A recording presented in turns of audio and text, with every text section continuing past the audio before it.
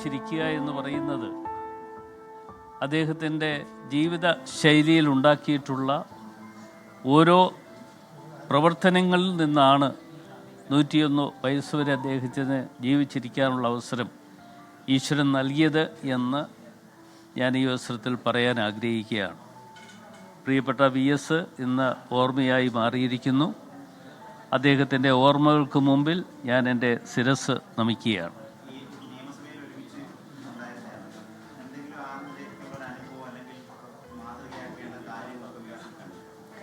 അല്ല, അദ്ദേഹം ഒരു പ്രതിപക്ഷ നേതാവ് എന്നുള്ള നിലയിൽ അദ്ദേഹം എടുക്കുന്ന ചില തീരുമാനങ്ങൾ ഒരുപക്ഷെ തെറ്റോ ശരിയോ എന്നുള്ളതിനെക്കുറിച്ച് നോക്കിക്കാണാതെ ആ എടുക്കുന്ന നിലപാടുകൾ തന്നെ അടിയുറച്ചു നിൽക്കുന്ന ഒരു സ്വഭാവക്കാരനായിരുന്നു അദ്ദേഹം.